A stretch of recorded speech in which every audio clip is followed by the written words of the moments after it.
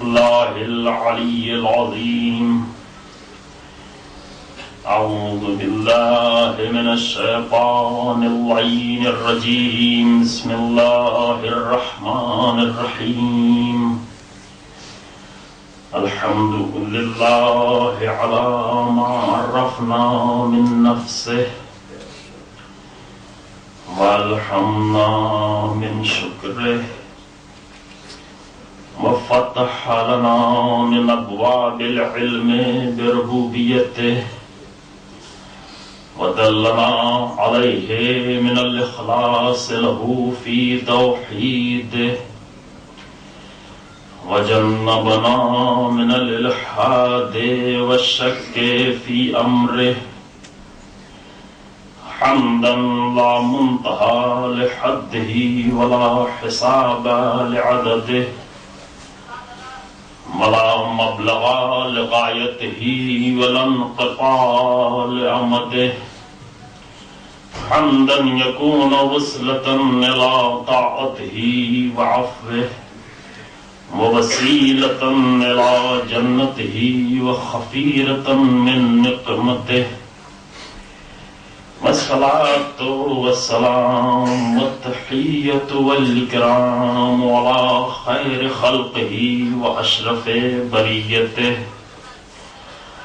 وحامل وحيه ومبلغ رسالاته سيد المرسلين خاتم النبيين أبي القاسم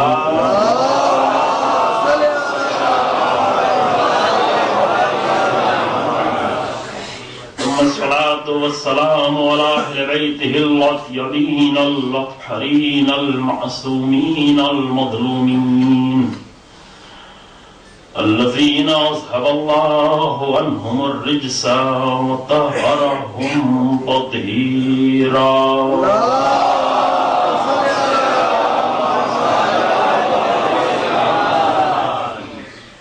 ولعنة الدائمة الباقية على أعدائهم أجمعين.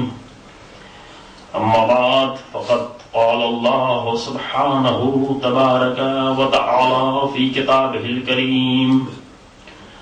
بسم الله الرحمن الرحيم.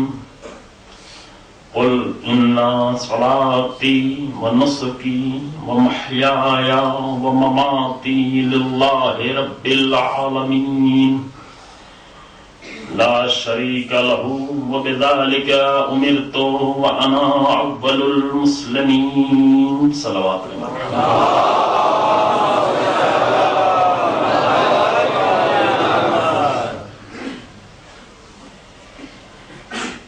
عزیز محترم، قرآن مجید میں سورہ انعام کی 163 نمبر آیہ کریمہ جس کی تلاوت کی سعادت حاصل کر رہا ہوں چند دنوں سے آپ کی خدمت میں، اور اس آیت کے ذیل میں جو گفتگو ہے موضوع ہے کربلا جلوہ توحید. کچھ مسائل آپ کی خدمت میں توحید کے حوالے سے پیش کیے گئے اور اس کے کچھ جلوے کربلا میں دیکھنے کو ملے، لیکن ظاہر ہے یہ وقت کی تنگی ہے، وقت کم ہے، 10 دن ہیں، 10 دن میں 1 گھنٹے اور موضوع وسیع ہے، لہذا بہت سے مسائل ہیں کہ جو نہیں بیان ہو سکے. جو لوگ مزید اس پہ ریسرچ کرنا چاہتے ہیں ان کے لیے ممکن ہے کچھ اشارے.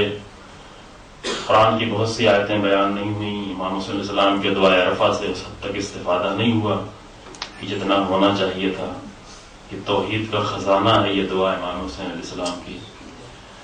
آپ اس کی طرف خود رجوع کریں گے، دیکھیں گے بہت سے واقعات ہیں، بہت سے داستانیں ہیں قرآن میں. اصحاب کہف کا تذکرہ ہم نہیں کر سکے، توحید کے اور بہت سے موضوعات ہیں جس کا ذکر ہم نہیں کر سکے. توحید محبت میں، توحید نفرت میں، یہ سب زندگی کے مسائل ہیں، اور توحید کے دیگر بہت سے عناوین کی جس کی طرف آپ انشاءاللہ مزید غور کریں گے، فکر کریں گے، مطالعہ کریں گے، تحقیق کریں گے، سنیں گے۔ آج کی آخری گفتگو تقریباً اس کے بعد جو مجلسیں ہوں گی اس میں زیادہ مصائب کی طرف توجہ ہوگی، صرف اشارہ ہوگا، لہذا کچھ اہم باتیں آپ آخری دن اس گفتگو میں ہو جائیں۔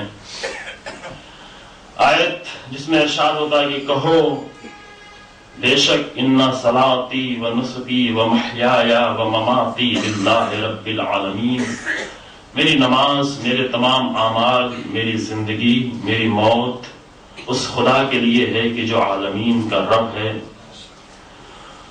اور اس کا کوئی شریک نہیں ہے، اس کا کسی کو شریک نہ ٹھہراؤ، کیونکہ اگر اس کا کسی کو تم شریک ٹھہرانا چاہتے ہو تو اس کا مطلب یہ ہے کہ تم نے دوسرے کو بھی خدا کی طریقے سے مؤثر مانا ہے اپنی زندگی میں، جبکہ خدا کے سوا اس پوری کائنات میں کوئی ذات نہیں ہے کہ جس کی تاثیر ہو۔ اگر کہیں تاثیر نظر آ رہی ہے تو وہ تاثیر خدا نے اسے عطا کی ہے۔ بس ایسا نہیں ہے کہ چیزوں میں تاثیر نہیں ہے، سورج ہے تو اس کی حرارت ہوگی، اس کے اندر تاثیر ہے، آگ ہوگی تو اس میں گرمی ہوگی، اس کے اندر تاثیر ہے، انسان زندہ ہوگا تو اس کی زندگی کی تاثیر ہوگی اس میں، لیکن یہ ساری تاثیر خدا نے اسے عطا کی ہے، اور جب چاہے، جس لمحے چاہے، اپنی نظر ربوبیت کو ہٹا لے، یہ تاثیر ختم ہو جائے گی۔ لہذا یہ عظیم کائنات، اس کا سفر جاری ہے، اس لیے جاری ہے کہ وہ رب العالمین ہے اور وہ تربیت کو اپنی جاری رکھے ہوئے ہے۔ لہذا اگر کچھ چاہیے ہے تو اس کی بارگاہ میں اپنے سر نیاز کو خم کرو، یا اس کی بارگاہ میں کہ جس کو اس نے تاثیر عطا کی ہے، جس کو اس نے فیض کا وسیلہ قرار دیا ہے، ایسا بھی نہ ہو جائے، ذہن اتنے خشک نہ ہو جائیں کہ ہر جگہ تو تم وسیلے کے قائل رہو، لیکن جب بات ہدایت کی آئے تو وسیلے کو بھول جاؤ۔ تمہیں کھانا ہے، پینا ہے، گندم کی ضرورت ہے، غذاؤں کی ضرورت ہے، تو اس کے لیے تم وسیلے کے قائل رہو کہ زمین ہوگی تو گندم ملے گا، سورج ہوگا، دریا ہوگا، سمندر ہوگا۔ اپنی غذاؤں کے لیے ان سب کے وسیلے کے قائل ہو، اپنی زندگی کے لیے اپنے ماں باپ کے وسیلے کے قائل ہو، لیکن ہدایت کے لیے ہدایت کے وسیلے کو فراموش کر دیا۔ لہذا جہاں توحید کی گفتگو ہے وہاں یہ بھی معلوم رہے کہ کوئی ہے وسیلہ کہ جو پوری کائنات کے لیے وسیلہ بنا ہے فیض کا، پوری کائنات اس کے وسیلے سے فیض اٹھا رہی ہے، وہ مظاہر الہی ہیں۔ لہذا نظر وسیع ہو، توحید کا کام یہ ہے کہ ایک طرف انسان کی نظر کو وسیع کر دیتی ہے توحید، لیکن دوسری طرف دوسرے کے حقوق کو فراموش نہیں کرنے دیتی، دوسروں کی عظمتوں کو بھولنے نہیں دیتی۔ ہم اپنی گفتگو کو اب یہیں سے شروع کریں جہاں پہ کل ختم ہوئی تھی کہ ابراہیم کہ جو نمونے توحید تھے، نمونے توحید، اور انہوں نے اس طرح توحید کا درس دیا کہ قرآن نے ایک ایک لفظ کو اٹھا کے لکھ دیا۔ وہ 16 سال کی عمر میں وہ جوان پوری قوم کے سامنے آگے کھڑا ہو گیا، قوم گئی جشن منانے کے لیے شہر سے باہر، یہ جوان اس نے اٹھا اور اپنی کلہاڑی اٹھائی اور بت کدے میں پہنچا اور بت کدوں میں جا کر بتوں کو توڑنا شروع کیا۔ لیکن جوان ہیں، ابھی جوان ہیں، لیکن یہ جو عمل انجام دے رہے ہیں وہ جذبات کی بنیاد پر نہیں انجام دے رہے ہیں، اس لیے کہ تبلیغ کرنا ہے۔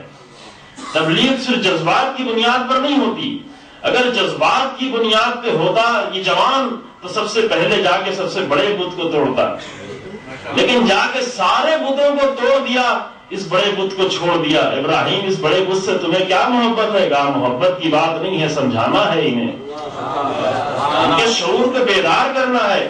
ابھی تک ہم ان سے کہہ رہے تھے کہ ایسے خداؤں کو نہ مانو کہ جو لا ينفعکم ولا یضرکم شیئا، جو تم کو نہ کوئی فائدہ پہنچاتے ہیں نہ تم کو کوئی نقصان پہنچاتے ہیں۔ ان کو میں نے بہت کہا لیکن انہوں نے نہیں مانا، انہوں نے نہیں مانا۔ پھر کیا کریں؟ کہا انہی کی زبان سے کہلوانا ہے۔ یہ مبلغ توحید ہے۔ سارے بتوں کو توڑا اور توڑنے کے بعد بڑے بت کو چھوڑ دیا، قوم واپس پلٹی۔ کس نے توڑا؟ کوئی نہیں ہو سکتا اس جوان کے سوا۔ یعنی زندگی ابراہیم کی لوگوں کے درمیان میں ایسی تھی کہ سب جانتے تھے کہ موحد اگر ہے تو کوئی وہی جوان ہے، کوئی نہیں ہو سکتا سوائے اس جوان کے پکڑ کے لایا گیا۔ کیوں توڑا تم نے؟ کیوں ہمارے خداؤں کے ساتھ ایسا کیا؟ خود پوچھو ان سے، خود پوچھو ان سے، اس بڑے سے پوچھو جو باقی ہے، جو ٹوٹ گئے ہیں ان سے پوچھو۔ یعنی کیا؟ یعنی ابھی تک تو میں نے کہا تھا، اب تم کہو۔ پھر انہوں نے وہی کہا، یہ تو نہیں بول سکتے، یہ تو جواب نہیں دے سکتے۔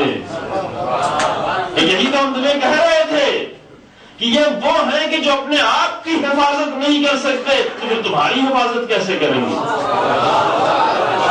یہ وہ ہیں کہ جو خود کو نہیں بچا سکتے۔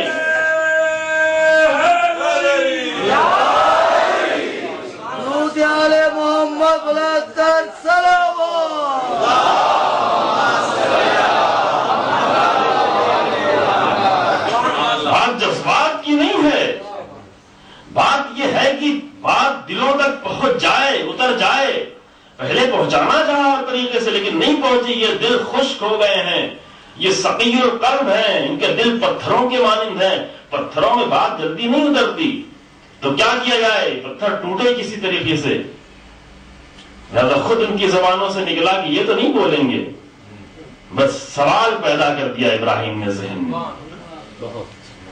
ضروری نہیں کہ تبلیغ میں سب کچھ کہہ دیا جائے، ابراہیم نے سوال ایجاد کر دیا۔ جب سوال پیدا ہو گیا تو ذہن جواب اس کا خود ڈھونڈ لے گا، ذہن حقیقتوں تک خود پہنچ جائے گا۔ اب اس کے بعد جو ہونا ہے وہ ہوئے، اس کی فکر ابراہیم کو نہیں ہے، ابراہیم کو پہلے بھی معلوم تھا۔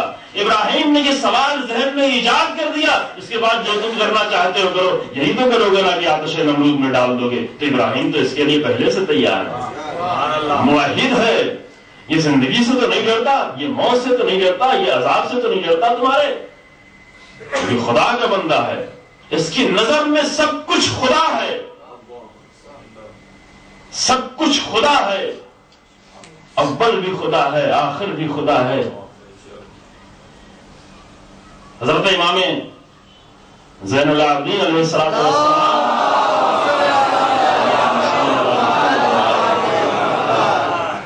روحی و ارواح العالمین علیہ الفدا فرماتے ہیں، توحید کے سلسلے میں گفتگو ہے، فرماتے ہیں کہ سورہ توحید اور سورہ حدید کی ابتدائی آیتیں وہ آیتیں ہیں کہ جو بعد میں آنے والی قومیں اسے سمجھیں گی۔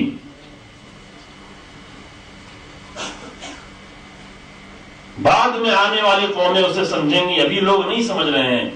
جہاں پہ یہ بیان ہوتا ہے کہ سب کچھ اس کا ہے، یہ سبح للہ ما سبح للہ ما فی السماوات و ما فی الارض، اور آخر میں بات یہاں پہ آگے تمام رات و شب سب اس کا ہے، آخر میں بات یہاں پہ آگے تمام ہوتی ہے کہ هو الاول والآخر والظاہر والباطن، وہی ذات ہے کہ جو اول ہے، وہی ذات ہے کہ جو آخر ہے، وہی ذات ہے کہ جو ظاہر ہے، وہی ذات ہے کہ جو باطن ہے۔ کون سمجھے اس کو؟ سب کچھ وہ ذات پروردگار ہے۔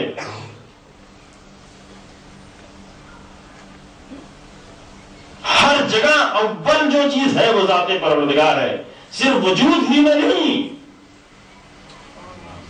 بات صرف وجود کی نہیں ہے، وجود میں ذات پروردگار اول ہے اور وہی آخر ہے، اسی نے سب کو وجود عطا کیا اور وہی جب چاہے گا تو وجود چھین لے گا۔ نہیں، تمہاری زندگیوں میں بھی وہی اول ہو اور وہی آخر ہو۔ کس منزل تک میں آپ کو لے جانا چاہتا ہوں؟ زندگی کا تعلق ہے، توحید کا تعلق انسان کی زندگی سے ہے، وہ اول ہو وہ آخر ہو۔ ایسا نہ ہو کہ اول تم ہو آخر تمہاری آرزویں ہوں اور بیچ میں خدا وسیلہ بن جائے. اس منزل تک لانا چاہتا ہوں. والاول والآخر. ہم نے جب دیکھا اپنے آپ کو تو ایسا نظر آیا کہ اول تو سب کچھ میری ذات ہے.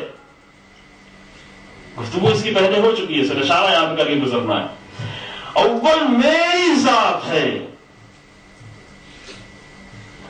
اور آخر ہمارا ٹارگٹ، ہمارا ہدف، ہمارا ایم، ہماری آرزویں ہیں.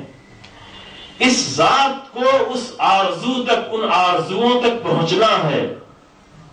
توجہ فرمائیں گے، بہت توجہ فرمائیں گے. آخری دن کی گفتگو ہے. اول میں ہوں، میری ذات ہے اور مجھے میرے دل میں بہت سی آرزویں ہیں. یہ آرزویں بھی ان کی کوئی انتہا نہیں ہے بقول غالب کے کہ جتنی بڑھتی جاتی ہیں پوری ہوتی جاتی ہیں اتنی آرزویں اور زیادہ اضافہ ہوتا چلا جاتا ہے. ہزاروں خواہشیں ایسی، ہر خواہش پہ بہت نکلے میرے ارمان، لیکن وہ کبھی نہیں پورے ہوتے، پھر بھی کم نکلے. کیونکہ آرزویں انسان کی پوری نہیں ہوتی. جب آرزوؤں کے سیلاب میں انسان بہنا شروع کر دیتا ہے تو کبھی وہ پوری نہیں ہوتی، بہتا ہی چلا جاتا ہے. لیکن انسان نے خود کو یہ قرار دیا کہ اول خود اپنی ذات کو قرار دیا، آخر اپنی آرزوؤں کو قرار دیا. ان آرزوؤں تک پہنچنے کے لیے بہرحال راستہ طے کرنا ہے تو کیسے طے کیا جائے؟ خود کو دیکھا وہ ضعیف ہے، خود کو دیکھا وہ کمزور ہے، خود کو دیکھا وہ نادان ہے، اس کی جتنی خواہشیں اس کے مطابق اس کے پاس طاقت نہیں ہے. پھر کیا کرے؟ پھر سہارا لیا جائے. عجیب منزل ہے، پہنچنا ہے اسے وہاں تک. خود نہیں پہنچ سکتا، خود بہت کمزور اپنے آپ کو دیکھ رہا ہے. پھر کیسے پہنچے؟ کیا سہارا لیا جائے؟ کچھ لوگوں نے سب سے بہترین سہارا خدا کو جانا.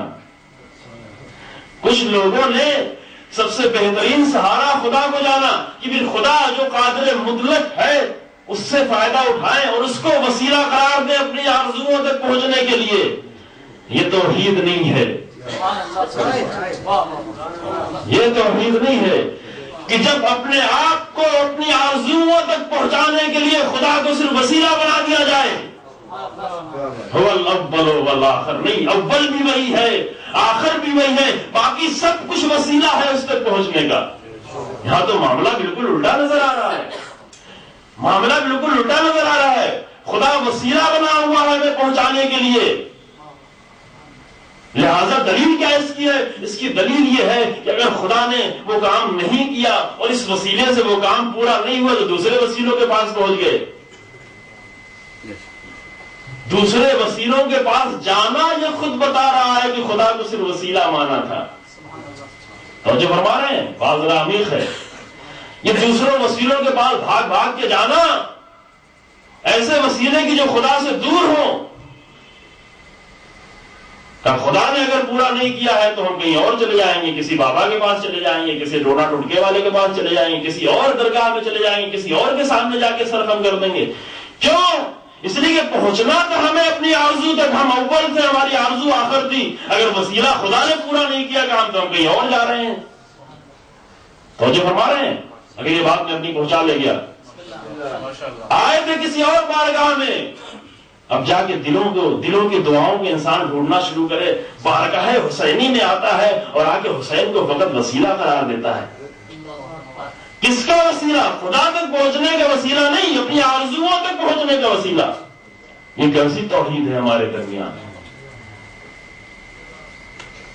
بیت خدا میں یہ جاتا ہے اور اس انسان کی دعاؤں کو جا کے انسان سنے. اگر کوئی ایسا آلہ موجود ہو، کیا مانگ رہا ہوتا ہے خدا سے جا کے بیت خدا میں؟ کیا مانگ رہا ہوتا ہے بارگاہ حسینی جیسی مقدس بارگاہ میں جانے کے بعد؟ کیا مانگ رہا ہوتا ہے ائمہ کے روزوں پر جانے کے بعد؟ کیا مانگ رہا ہوتا ہے؟ اگر وسیلہ صرف بنا کے آئے ہو اپنی آرزوؤں تک پہنچنے کے لیے، اس کا مطلب یہ ہے کہ تم ان کی زیارت کرنے کے لیے نہیں آئے ہو، اپنی خواہشات پوری کرنے کے لیے آئے ہو. یہ وسیلہ ہے، صرف ایک چیز کا وسیلہ ہے، اور وہ یہ کہ جو بھی اس بارگاہ میں آ جائے وہ فوراً خدا کی طرف پہنچ جائے.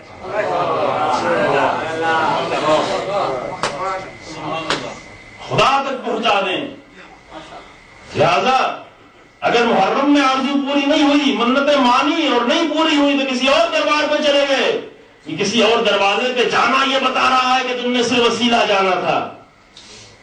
آؤ ہدف قرار دو. یہ خود ایک ہدف ہے، اہل بیت خود ایک ہدف ہے، ایسا ہدف ہے کہ اس اصلی ہدف تک پہنچانے کا وسیلہ ہے. لہذا حسین سے عشق کرو، حسین کے لیے، حسین کا ماتم ہو حسین کے لیے، کہ الحمدللہ ہمارے جوان کر رہے ہیں اس طرح سے. لیکن بات سوچیں اور آگے تک، حسین کا نام ہو حسین کے لیے، اور اگر ہاتھ آگے بڑھے تو حسین کا ذکر ہو خدا تک پہنچانے کے لیے. کیونکہ جب بھی حسین کا ذکر حسین کے لیے ہوگا وہ کبھی اپنی طرف روکتے ہی نہیں ہیں. یہ ایسی علامتیں ہیں کہ جو اپنی طرف کبھی روکتی ہی نہیں ہیں، فوراً متوجہ کر دیتی ہیں خدا کی طرف. یہ اپنے آپ میں کبھی نہیں اٹھاتی. یہ دوسرے جادوگر سامری ہوتے ہیں کہ لوگوں کو اپنی طرف اڑا رہے ہوتے ہیں، یہ کہتے ہوئے کہ تمہارا بھی خدا ہے، یہ موسیٰ کا بھی خدا ہے. لیکن موسیٰ جب آئیں گے تو کبھی اپنی طرف نہیں آواز دیں گے، انبیاء کبھی اپنی طرف دعوت نہیں دیں گے. اور ان کی دعوت کا آغاز خدا سے ہوگا، ان کی دعوت کی انتہا خدا پہ ہوگی. لہذا وہ ان کے اندر استقامت بھی ہے، وہ گھبراتے بھی نہیں، وہ ڈرتے بھی نہیں. کبھی سوچا انسان نے کہ ان انبیاء میں اتنی طاقت کہاں سے پیدا ہو جاتی تھی؟ ایک نبی پتھر کھا کھا کے پتھروں میں چھپ جا رہا ہے، پھر اسے بچایا جا رہا ہے، پھر اٹھ رہا ہے اور پھر تبلیغ کر رہا ہے. اس کی استقامت میں کوئی کمی نہیں آ رہی ہے، اس کے پائے لغزش میں کوئی لغزش نہیں آ رہی پائے سے بات میں. یہ قوت کہاں سے پیدا ہوئی؟ یہ قوت اس لیے، اس کا راز کیا ہے؟ اس کا راز فقط توحید ہے. اس کا راز فقط توحید. ورنہ 950 سال آدمی تھک جائے، اگر نہ ڈرے تو تھک جائے. کم سے کم 950 سال کی تبلیغ میں کوئی انسان نظر نہ آ رہا ہو. نور کیوں نہیں تھک جا رہے ہیں؟ کیسے تھک جائیں؟ ان الذین قالوا ربنا اللہ ثم استقاموا. باقی رہنا ہے. ہماری نظر ہدف پہ، ہماری نظر نتیجے پر، رزلٹ پہ نہیں ہے، ہماری نظر وظیفے پر ہے. ہم اپنا وظیفہ پورا کر رہے ہیں، نتیجہ خدا کے ہاتھوں میں. وہ جو چاہے گا وہ کرے گا. بس عزیزو، ایک وعدہ میں نے پہلے ہی دن سے کیا ہے، اور وہ یہ کہ بات کو آپ کو وہاں تک لے کے جاؤں کہ یہ توحید کی جب بھی گفتگو ہوگی وسیلے فراموش نہ ہونے پائیں. اور یہیں سے پھر ہم رکھ دیتے اپنی گفتگو کا کہ توحید کا ولایت سے کیا رابطہ ہے. پہلے ہی دن عرض کیا تھا کہ توحید اور ولایت کے درمیان میں بہت ہی عمیق رابطہ ہے. اگر انسان ولایت کو چھوڑ دے تو کبھی توحید تک پہنچ ہی نہیں سکتا. مشکل مسلمانوں کی یہی ہوئی. آج جو سارے مسائل دیکھنے کو مل رہے ہیں اس کی وجہ یہ ہے کہ مسلمانوں نے ولایت سے اپنا دامن چھڑا لیا ہے، اپنا ہاتھ چھڑا لیا ہے. صرف ولایت ہے، کیوں؟ اس لیے کہ خدا ہے جو حاکم ہے اس پوری کائنات. انما ولیکم اللہ. حاکم خدا ہے، توحید در حکومت. کیوں خدا حاکم ہے؟ اس لیے کہ اس نے پیدا کیا ہے، اس نے خلق کیا ہے، وہ تمہارا رب ہے، وہ تمہاری ضرورتوں کو جانتا ہے، وہ تم کو بہتر طریقے سے تربیت کر سکتا ہے. حکومت کا مطلب تو یہ نہیں ہے کہ ٹریفک کے نظام کو کنٹرول کیا جائے، اقتصاد کو کنٹرول کیا جائے. تو جو فرما رہے ہیں یہ حکومتیں جو چاہتا ہے کرے، لیکن انسانوں کی تربیت کی حکومت ذات پروردگار کے ہاتھ میں ہے. توجہ فرمائیں گے. اور یہ حکومت اگر منتقل ہوگی وسیلے سے تو وہ ہے ولایت.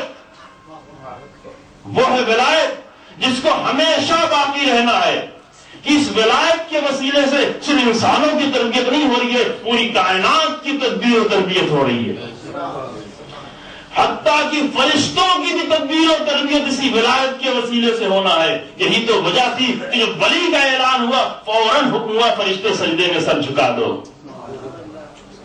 یہ سجدے میں سر جھکانا ہمارے سجدے میں سر جھکانے کی طرح نہیں تھا. تو جو فرما رہے ہیں یہ اس طریقے سے نہیں جس طریقے ہم سجدے میں سر جھکاتے ہیں، کیونکہ ہم زمین پہ سر جھکاتے ہیں، اپنے سر کو جھکاتے ہیں. وہاں نہ زمین تھی کوئی، نہ فرشتوں کے سر تھے. فرشتوں کے پاس تو جسم نہیں ہے، فرشتے جسمانی مخلوق تو نہیں ہے، نہ وہاں کوئی زمین کا تصور تھا. نہیں، سر کا جھکانا اس کا مطلب کیا تھا؟ اس کا مطلب یہ تھا کہ اے فرشتوں اپنے آپ کو اس خلیفہ خدا کے سامنے تسلیم کر دو. تسلیم کر دو اس کے سامنے. اور فرشتوں کو جو تھوڑا اعتراض نظر آیا کہ کہیں یہ خوریزی نہ کریں, کہیں یہ خون نہ بہائیں, ایک جھلک دکھائی خلافت الہی کے کمالات کی, فوراً فرشتے تسلیم ہو گئے. انی لا اعلم ما لا تعلمون, انی اعلم ما لا تعلمون, میں وہ سب کچھ جانتا ہوں جو تم نہیں جانتے. فرشتوں نے فوراً اس بات کا اقرار کر لیا. ولایت کے سامنے فرشتوں کے سر جھکائے گئے.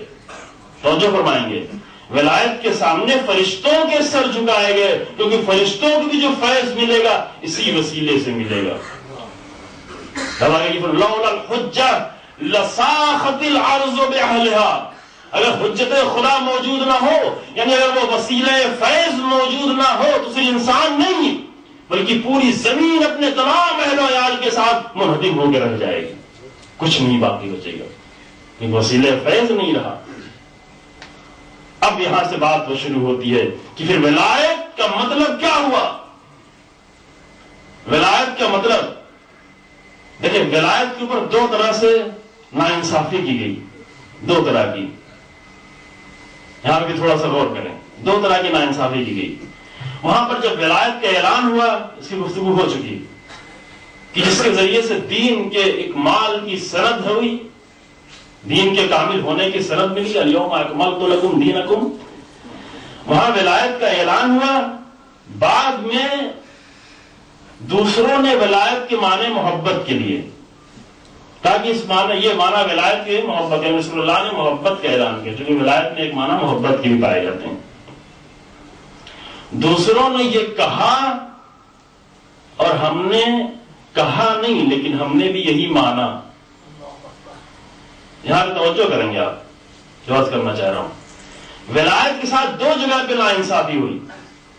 ایک جگہ وہاں ولایت کے ساتھ انصافی ہوئی جنہوں نے کہا کہ ولایت کے معنی فقط محبت کے ہیں, اور دوسرے جہاں پر بھی ولایت کے ساتھ ناانصافی ہوئی کہ ہم نے عملی زندگی میں ولایت کے معنی فقط محبت ہی کے لیے ہے, اس سے آگے بڑھ کے نہیں لیے. اور محبت بھی ہماری والہانہ محبت ہے, عاقلانہ محبت نہیں ہے. یہ سب مشکلات ہے ولایت کے ساتھ. میں اس منزل تک آپ کو لے جانا چاہتا ہوں. ہماری اکثر محبت والہانہ ہے, ہم جان دینے کے لیے تیار ہیں, خون دینے کے لیے تیار ہیں, بچے دینے کے لیے تیار ہیں, لیکن عقل کی بنیادوں پر نہیں, وہ ایک والہانہ محبت کی بنیاد پر. اور ظہور حجت تک انسان پہنچے گا تو اہل بیت ہی کی محبت کے ذریعے سے, لیکن عاقلانہ محبت کی بنیاد پر. توجہ فرمائیں, کہاں آپ کو لے جانا چاہتا ہوں. پہلے ہی عرض کر چکا, انسان کو بہرحال وہاں پہنچنا ہے, انسان کو بہرحال کامل ہونا ہے, لیکن کس طرح سے, جہاں دین اور عقل آگے مل جائیں, اور عقل دین کے سائے میں اور دین عقل کے سائے میں, جہاں ایک طرف عشق بھی اپنے کمال پر ہو اور عقل بھی اپنے کمال پر ہو, جس کا بہترین مظہر خود کربلا ہے. عشق و عقل کا ایسا امتزاج نظر آیا کربلا میں, اللہ, ایسا امتزاج ہے عشق اور عقل کا کہ کہیں عشق آگے بڑھتا نظر آ رہا ہے, کہیں عقل آگے بڑھتی نظر آ رہی ہے, اور آخر میں دونوں ایک مقام تک پہنچے. توجہ فرما رہے ہیں. اگر ماں اپنے بچے سے صرف والہانہ محبت کرتی ہے تو ممکن ہے کہ اپنی اس محبت کے نتیجے میں بچے کو نقصان پہنچا دے جائے. اگر محبت کی بنیاد عقل نہیں ہے, اگر ماں اپنے بچے سے عاقلانہ محبت نہیں کر رہی ہے بلکہ صرف والہانہ محبت کر رہی ہے, تو ممکن ہے محبت میں بچوں کو وہ سب کچھ دے کہ جو بچے کو نقصان پہنچا رہا ہو, فائدہ نہیں پہنچا رہا ہو. توجہ فرمائیں جی, میں ان تک لے جانا چاہ رہا ہوں. ماں محبت کر رہی ہے, پیار میں سب کچھ بچے کو دے رہی ہے, لیکن ذرا یہ تو دیکھ لے کہ یہ چیز اس بچے کے لیے مفید ہے یا مفید نہیں ہے. بس ایک ناانصافی یہ ہوئی کہ آخر تک جو ولایت کو سمجھا ابھی تک دنیا نے, ابھی تک جو سمجھا ہے, یہ طے ہے کہ سمجھے کی بات ہے دنیا, لیکن کس زمانے کی دنیا, ہم کتنی تاخیر کریں گے یہ نہیں معلوم. بعد میں یہ بات کو سمجھنا ہے, لیکن ابھی تک جو دنیا نے سمجھا ہے, کسی نے کہا کہ ولایت کے معنی محبت کے, کسی نے اپنی عملی زندگی میں صرف محبت تک پہنچے. اور وہ بھی اس طرح کی محبت. کہ ولایت کے معنی کیا ہیں؟ اصل معنی ولایت کے کیا ہیں؟ کہ اصل معنی ولایت کے یہ ہے کہ انسان کی زندگی پر حکومت ہو. توجہ فرمائیں گے یہاں پر، آپ توجہ فرمائیں گے. ولایت یعنی کیا؟ یعنی یہ کہ انسان کی تربیت کے لیے، اسے کامل ہونے کے لیے، ناقص سے مکمل ہونے کے لیے کوئی کامل لوگ ہوں کہ انسان کی زندگی پر اپنی حکومت کر رہے ہوں. یہی خوف تھا رسول اللہ کو. توجہ فرمائیں. یہ جو کہا گیا کہ اعلان ہو رہا ہے وہاں سے خدا کی طرف سے کہ وَمَن يَعْصِمُكَ وَاللَّهُ يَعْصِمُكَ مِنَ النَّاسِ، تم اعلان کرو ولایت کا، خدا تمہیں محفوظ رکھے گا، خدا بچائے گا. خوف کیا تھا رسول اللہ کو؟ کون سا خوف تھا؟ آیا یہ خوف تھا کہ رسول اللہ کو جان کے جانے کا خطرہ تھا، کوئی آگے حملہ کر دیتا؟ اگر یہ خوف تھا بھی تو رسول اللہ اس خوف سے نہیں ڈرتے کبھی. رسول تو ایسا نہیں ہے کہ اپنی جان کے خوف سے ڈر جائے. یہ رسول اللہ کی کیا بات کر رہے ہو؟ جناب موسیٰ کیا فرماتے ہیں امام علیہ السلام نہج البلاغہ میں چوتھے خطبے میں؟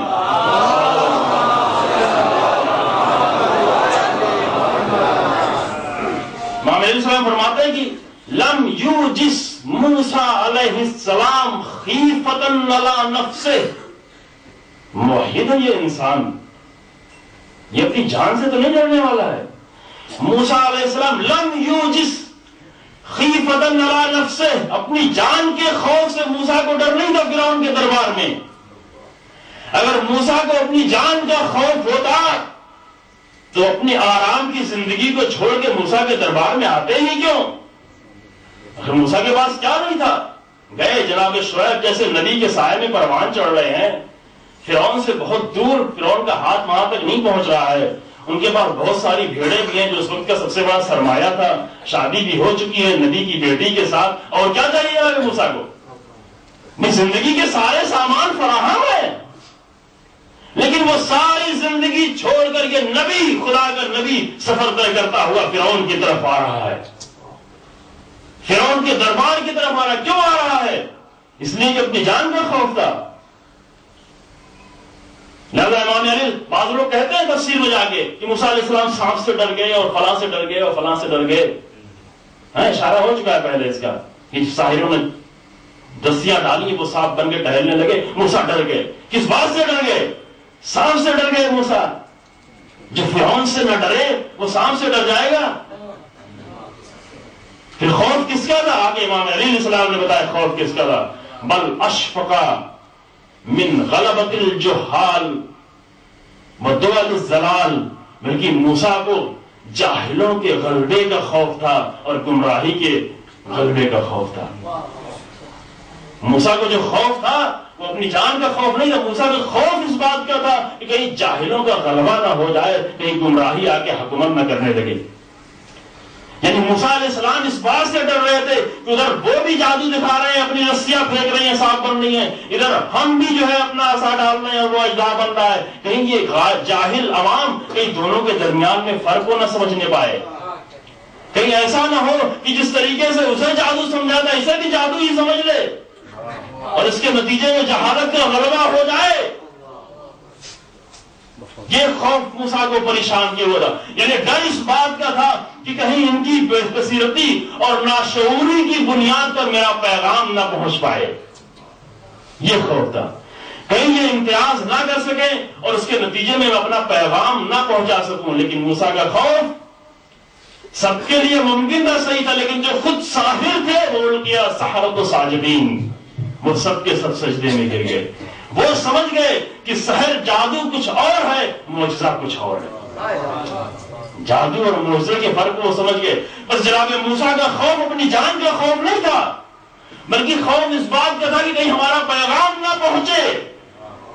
رسول اللہ کو بھی جو روز غدیر خوف ہے وہ خوف اس بات کا نہیں ہے کہ لوگ مجھ پر کہیں حملہ نہ کر دیں، بلکہ خوف اس بات کا ہے کہ یہ پیغام ولایت جو دین کو کامل کر رہا ہے کہیں لوگوں کے دلوں تک نہ پہنچنے پائے، کہیں پہنچنے میں کوئی رکاوٹ نہ بن جائے. اور یہ وہ خوف ہے کہ جو آج بھی باقی ہے. کہاں تک میں آپ کو لانا چاہ رہا تھا؟ یہ خوف ختم نہیں ہوا.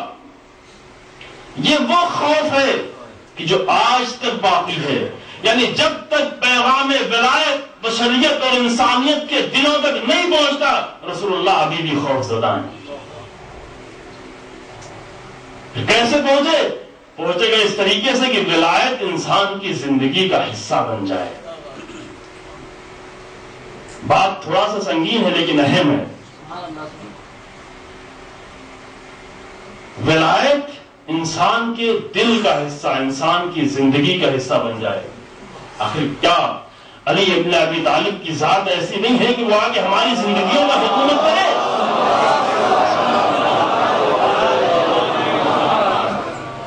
اگر علی کی حکومت چھین لی گئی تو وہ حکومت وہی حکومت تھی۔ اس حکومت کے چھن جانے سے شاید علی کو اتنا غم نہ ہو۔ علی کی حکومت ان مسائل کے، شہر کے مسائل کو سنبھالنے کے لیے تو نہیں تھی کہ اگر وہ بھی ہوتی تو اس کے امتیازات، اس کے فائدے انسان کو پہنچتے۔ کہ 4 سالہ مدت میں لوگوں نے دیکھا کہ کوئی فقیر نظر نہیں آ رہا ہے علی کی حکومت میں۔ اگر وہ حکومت ہوتی تو اس کے بھی فائدے پہنچتے، آج تک اس کے فائدے پہنچتے۔ لیکن اصل میں علی کی حکومت ان مسائل کے لیے نہیں ہے۔ علی کی جو حکومت اصل میں ولایت کی حکومت ہے، وہ ہر حالت میں باقی رہ سکتی ہے، آج بھی باقی رہ سکتی ہے۔ یعنی علی آ کر ہماری زندگیوں پر حکومت کرے۔ یہ ولایت کا مسئلہ تھا کہ جہاں پر امام علی علیہ السلام فرمایا انا عبد من عبید محمد، کیوں؟ توجہ فرمائیں گے، انا عبد من عبید محمد، میں محمد صلی اللہ علیہ وآلہ وسلم ان کے غلاموں میں سے غلام ہوں۔ وہ سب ایک نور کی پیداوار ہیں، ایک خدا، نور واحد ہے سب۔ پھر ایک نور دوسرے نور کو اپنا غلام کیوں کہہ رہا ہے؟ خود کو دوسرے نور کا غلام کیوں کہہ رہا ہے؟ اس لیے کہہ رہا ہے اس وقت ولایت اس کے ہاتھوں میں ہے، بس ولایت کے بعد جو بھی ہوگا اس کے سامنے سر تسلیم اپنا خم کرے گا۔ ولایت کے سامنے ہر ایک کو سر جھکانا ہے۔ لہذا اگر امام حسن علیہ السلام ولی خدا ہے ایک وقت میں، تو حسین اگر سامنے آئیں گے تو عبد من عبید حسن۔ یہ سلسلہ جاری رہے گا۔ جب بھی خدا کی ولایت جس کے ہاتھ میں ہوگی، پوری کائنات فرشتوں کو لے کے سب اس کے عبید ہیں، سب کے سب اس کے غلام ہیں، کیونکہ یہ خدا کی ولایت کا مالک ہے۔ اس کا مطلب پھر یہ نہیں ہے کہ خدا اور ولی برابر ہو گئے۔ بعض غلطیاں جو لوگ کرتے ہیں، کہتے ہیں ولایت فقیہ، یعنی اس کا مطلب یہ کہ اس کی ساری باتیں ماننا ہے۔ امام میں ولی میں فرق کیا ہوا؟ فرق درجے میں اور مرتبے میں ہے، فرق کمالات میں ہے، فرق فضیلتوں میں ہے، لیکن حکم کے اعتبار سے کوئی فرق نہیں۔ کیوں؟ اس لیے کہ نظام چل نہیں سکتا اگر کچھ بات مانی جائے اور کچھ بات چھوڑ دی جائے۔ بات نظام کی ہے۔ لہذا یہ قرآن نے آگے بڑھ کے آواز دی من اطاع الرسول فقد اطاع اللہ، جس نے رسول کی اطاعت کی اس نے اللہ کی اطاعت کی۔ اس کا کیا مطلب؟ اس کا مطلب کہ رسول اور خدا برابر ہو گئے؟ نہیں، وہ کمال مطلق ہے، یہ اس کے صرف مظاہر ہیں، برابر نہیں ہوئے۔ لیکن نظام کا مسئلہ ہے، مسئلہ نظام کا، سسٹم کا ہے۔ اگر اس میں کچھ چیزیں لے لی جائیں اور کچھ چیزیں چھوڑ دی جائیں تو نظام چل نہیں سکتا۔ لہذا جو کچھ ما آتاکم الرسول فخذوہ، رسول جو کچھ تمہیں دے سب کے سب ماننا ہے۔ فرق پھر اس کے بعد امام، پھر امام اپنا کسی کو گورنر بنا کے اگر بھیجتا ہے تو امام یہ کہتا ہے کہ تم ان کی بات مانو تو میری بات مان رہے ہو۔ مرتبے میں بہت فرق ہے لیکن حکم میں کوئی فرق نہیں ہونا چاہیے۔ یہاں تک میں آپ کو لے آیا۔ مرتبے میں بہت فرق ہے، جس طریقے سے خدا اور رسول کے درمیان میں کتنا فرق ہے انسان سوچ بھی نہیں سکتا اس فرق کو۔ اسی طریقے سے امام میں اور نائب امام کے مرتبوں میں بہت فرق ہے، انسان سوچ بھی نہیں سکتا، مگر حکم میں فرق نہ ہونے پائے کیونکہ نظام نہیں چل پائے گا۔ توجہ فرمایا آپ نے؟ اطاعت کی منزل، بس وہ خوف جو رسول اللہ کو تھا وہ آج بھی باقی ہے، اور یہ خوف اس وقت تک باقی رہے گا جب تک کہ ولایت انسان کے دلوں تک نہ پہنچ جائے۔ جب ولایت کی حکومت ہمارے دلوں پر نہ ہو، جب ولایت کی حکومت ہمارے گھروں میں نہ ہو، جب ولایت کی حکومت ہمارے رشتوں میں نہ ہو، جب ولایت کی حکومت ہمارے ارتباطات میں نہ ہو، جب تک ولایت کی حکومت ہمارے معاشروں میں نہ ہو، جب تک یہ سب کچھ نہیں ہوگا یہ خوف اپنی جگہ پر باقی رہے گا۔ عرض کیا میں نے آپ کی خدمت میں. اگر میں اپنی بات یہاں تک پہنچا لے گا تو بس آگے بڑھنا چاہتا ہوں سے، چونکہ بہرحال یہ تاریخ ایسی ہے کہ مسائل میں کمی نہ ہونے پائے. ولایت کا اصل مقام یہاں پر ہے. اس مقام کو کربلا والے سمجھے تھے. وہ جو حسین ابن علی سے آ کے سوال کر رہے ہیں، مشورے دے رہے ہیں، اس کا مطلب یہ ہے کہ ابھی ولایت کے مقام کو نہیں سمجھے. حسین اور مشورہ، حسین کو مشورہ دے رہے ہو. اگر مصلحت کے تحت نبی یا امام کسی سے مشورہ طلب کرے تو وہ دے دے، اس میں کوئی حرج نہیں ہے. لیکن خود آ کر وقت کے امام کو مشورہ دینا، چاہے وہ جو بھی ہو، یعنی یہ کہ ابھی بصیرت میں اس مقام تک نہیں پہنچے ہیں کہ جو ہونا چاہیے تھا.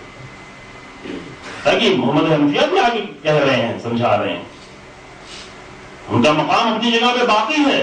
علی کے بیٹے ہیں، بہادر ہیں، شجاع ہیں، سب کچھ ہیں، لیکن بصیرت میں ابھی عباس نہیں ہو پائے ہیں. جو فرما رہے ہیں حسین کو مشورہ دینا یعنی کیا؟ ابن عباس کیوں آگے حسین کو مشورہ دے رہے ہیں؟ نہیں، حسین کی ذات وہ نہیں ہے جو کسی کے مشورے کی محتاج ہو.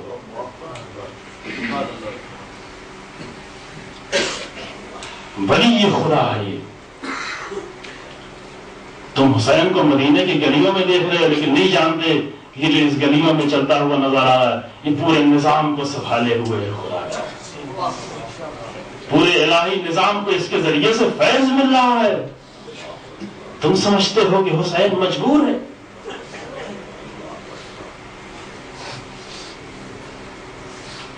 لہذا جب پوچھا گیا، ذکر ہوا، یہیں سے پہچانے شخصیتوں کو.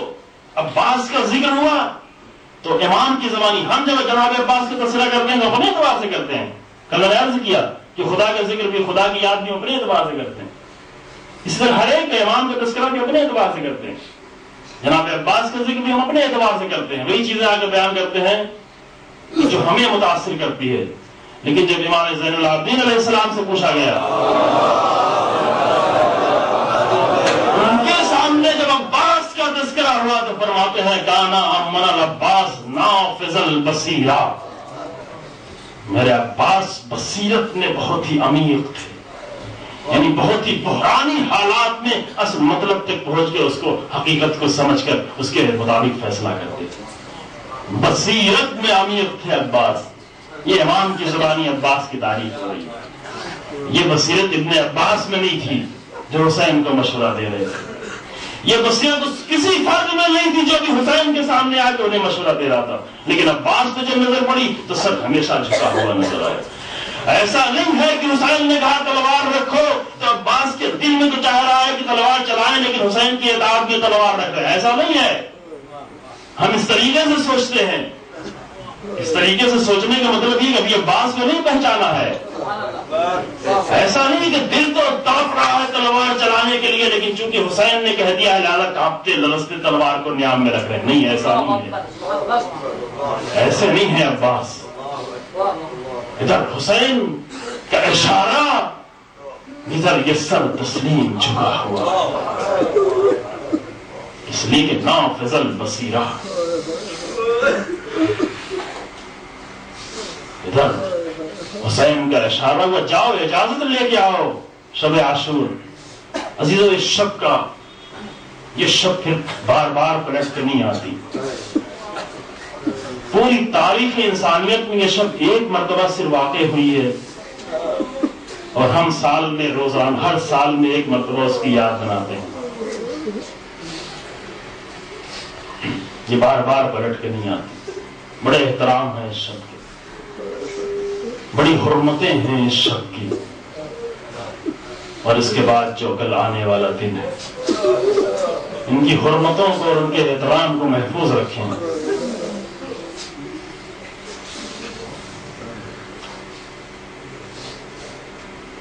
عباس سے کہا، جاؤ عباس، یہ مجھ سے لڑنا چاہتے ہیں، ان سے جا کے کہو کہ ایک شب کی مجھے اور اجازت چاہیے.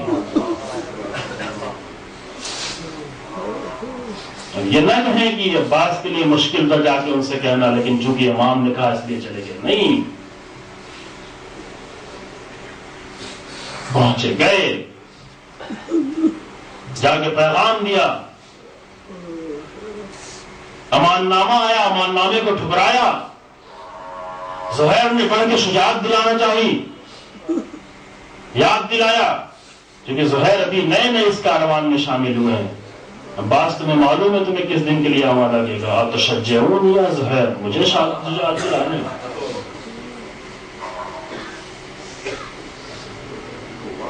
اور عاشور کا دن آیا، جوان ایک ایک کر کے جانے لگے.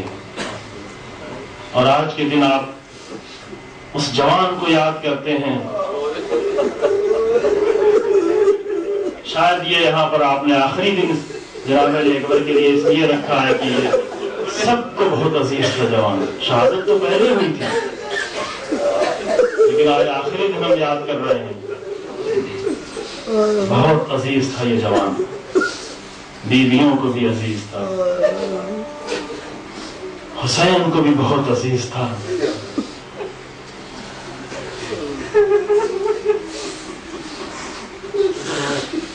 جب خیمے سے نکلنے لگے، مجھے یہ نہیں معلوم کہ کس طریقے سے جناب زینب سے رخصت ہو گئے، کس طرح سے اجازت کہ خیمے کے اندر کی خبر نہیں معلوم.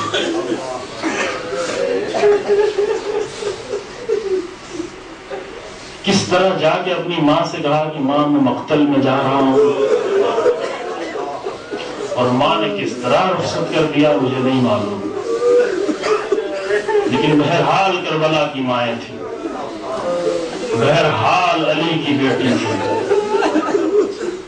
رخصت کر دیا، لیکن ایک منظر ہے جو حمید ابن مسلم دیکھ رہا ہے. اس کو بہت فکر تھی، وہ دیکھتا تھا. ایک منظر ہے جسے وہ دیکھ رہا ہے، کہہ رہا ہے کہ میں نے دیکھا کہ جب یہ جوان خیمے سے نکلنا چاہ رہا ہے تو خیمے کا پردہ کبھی اٹھتا ہے، کبھی گرتا ہے، کبھی اٹھتا ہے، کبھی گرتا ہے. ایسا لگتا ہے کہ جب جوان بدن کو باہر نکالنا چاہتا ہے کچھ لوگ دامن کو پکڑ کے کھینچتے ہیں. اب یہ بھی نہیں معلوم کہ دامن کو پکڑ کے کون کھینچتا ہے. اگر زینب ہوتی تو آگے بازو کو پکڑتا، اگر ان میں لیلا ہوتی تو آگے بازو کو پکڑتا.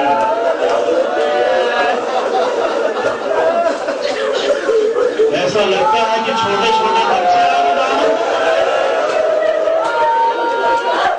بھیا علی اکبر کہاں جا رہے ہیں.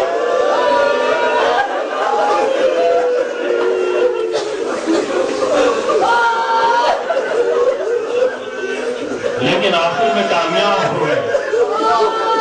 آخر میں خیمے سے نکلنے میں علی اکبر کامیاب ہو گئے. بہت بڑا معرکہ سر کر لیا ہے. عزیزوں، مقتل میں جا کے جنگ کرنا علی اکبر کے لیے بہت آسان تھا، لیکن خیمے سے نکل آنا بڑی مشکل کا کام تھا. یہ معرکہ علی اکبر میں سر کر لیا، لیکن ابھی ایک منزل باقی ہے. ابھی ایک منزل باقی ہے. ابھی بابا سامنے کھڑا ہوا، میرے خیمہ پر حسین کھڑا علی اکبر کو دیکھ رہے.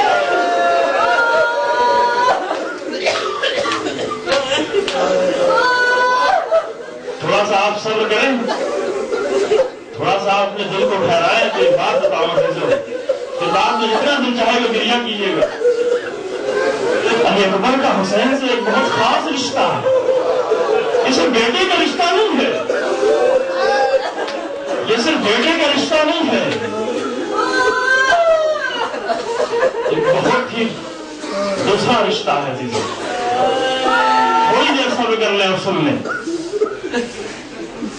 بچپن میں جب حسین کی عمر 2 سال 3 سال 4 سال 5 سال اور 7 سال تک کے مراحل طے کر رہی تھی، تو یہ صحیح ہے کہ حسین علی کے بیٹے تھے اور فاطمہ کے بیٹے تھے، لیکن جو ذات سب سے زیادہ مانوس تھی حسین کے لیے وہ رسول اللہ کی ذات تھی.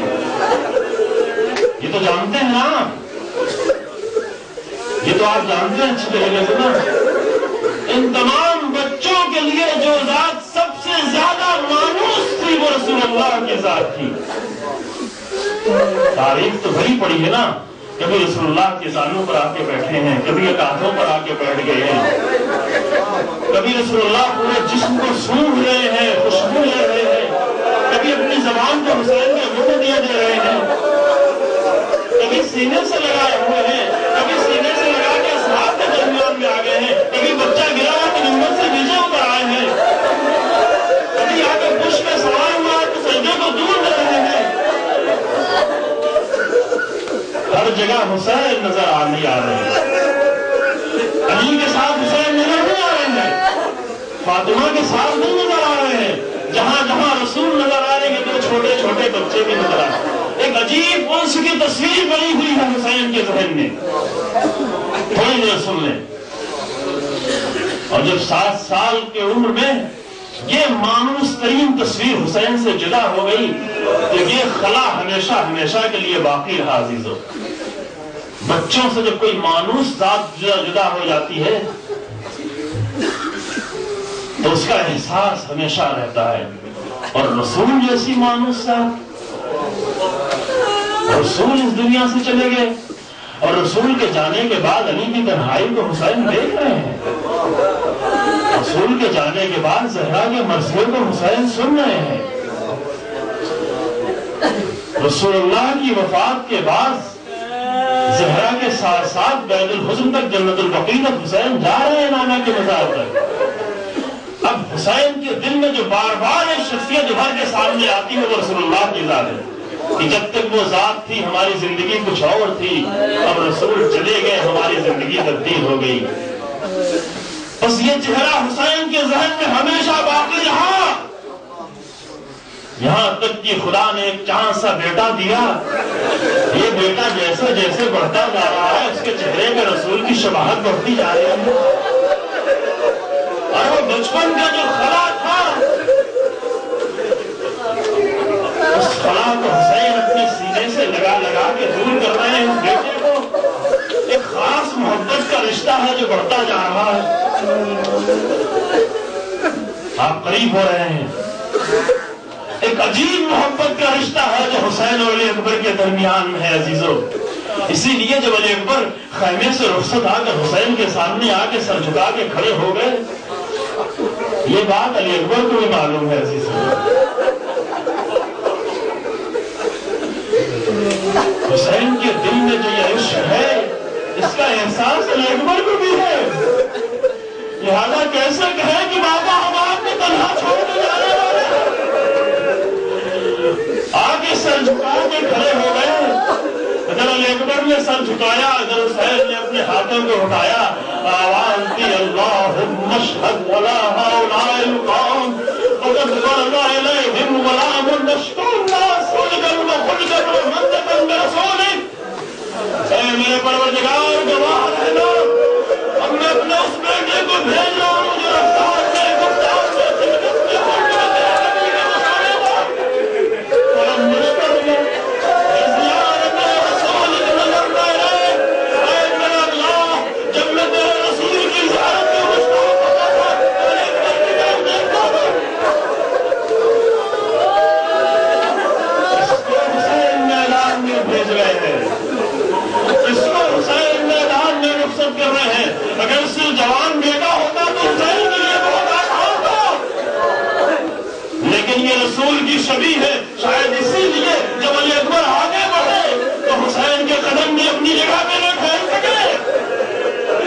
جیسے جیسے گھوڑا آگے بڑھتا جا رہا ہے حسین کے قدم بھی بڑھتے جا رہے ہیں. گھوڑا دوڑ پڑا, حسین بھی دوڑ پڑے.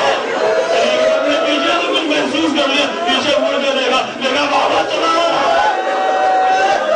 میرے بابا آپ کو مجھے رخصت کرنی بیٹھے کیا بتائیں حسین. یہاں پر علی اکبر کو کیا کہے حسین. پھر رخصت کر دیا میدان میں. میدان میں آئے, علی اکبر جنگ کر رہے ہیں. علی کا یہ پوتا, عباس کا شاگرد, حسین کا بیٹا میدان میں جنگ کر رہا ہے. 120 ظالموں کو پنڈال کرنے کے بعد حسین میں لگا ہوا ہے.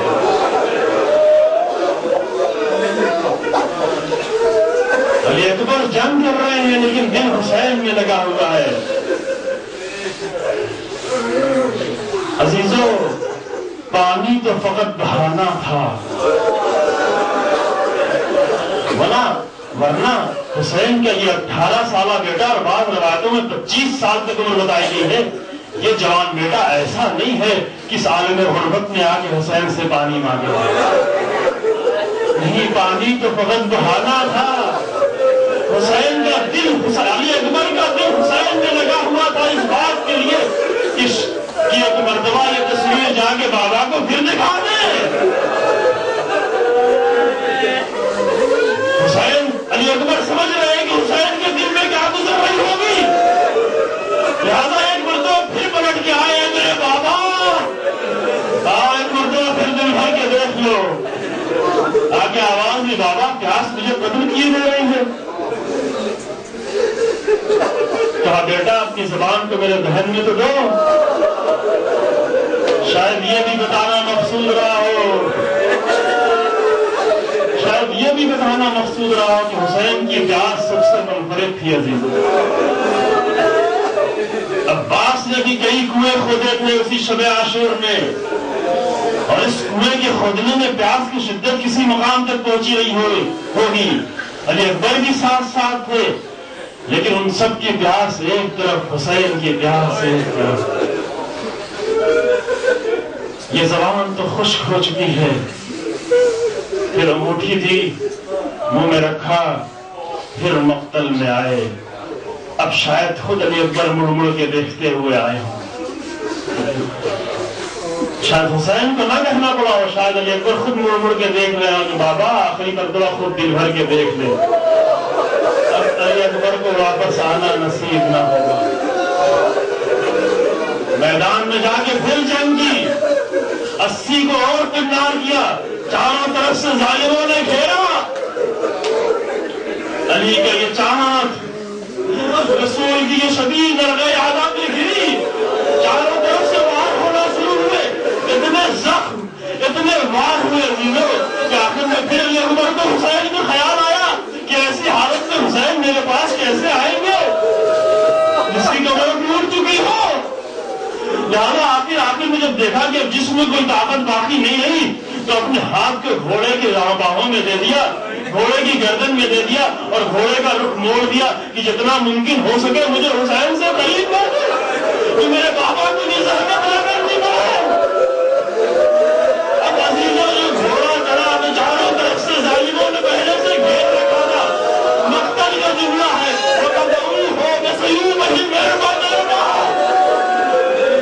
انہوں نے اپنی تلواروں سے علی اکبر کے جسم کے ٹکڑے ٹکڑے کر دیے. مجھے نہیں معلوم علی اکبر کے جسم میں کتنے زخم پڑے، لیکن جب آخر میں زمین میں گرے آواز دی، یا بابا ہو رہی میں سلام. چلیے میرے بابا آنے کی زحمت نہ کریے گا، کیونکہ جانتے ہیں کہ یہ منظر بابا سے کیسے دیکھا جائے گا. لیکن یہ حسین ہے جو مسیح پڑھتے ہوئے چلے،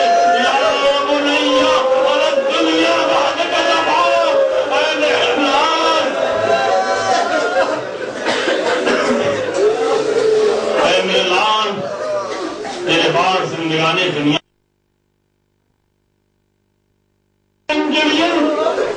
علی علی کہتے ہوئے مقتل کی طرف بڑے نہیں معلوم کربلا کے علی کو پکار رہے تھے، یہ نجف کے علی کو پکار رہے.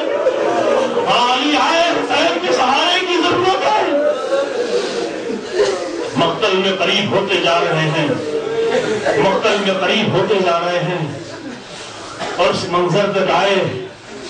تھوڑا سا صبر کر لے.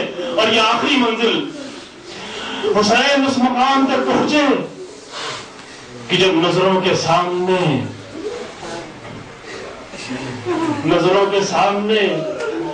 کہیں جنت سے یہ منظر زہرا نہ دیکھ رہی ہو. میرے بیٹے میں کیا بنتا پڑا.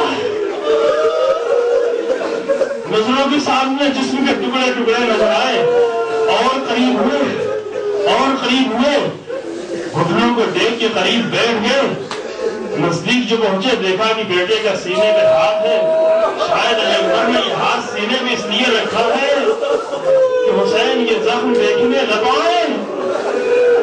حسین نے پوچھنے دیکھا یہ سینے پہ ہاتھ کیوں ہے؟ ہاں بابا سینہ زخمی ہے.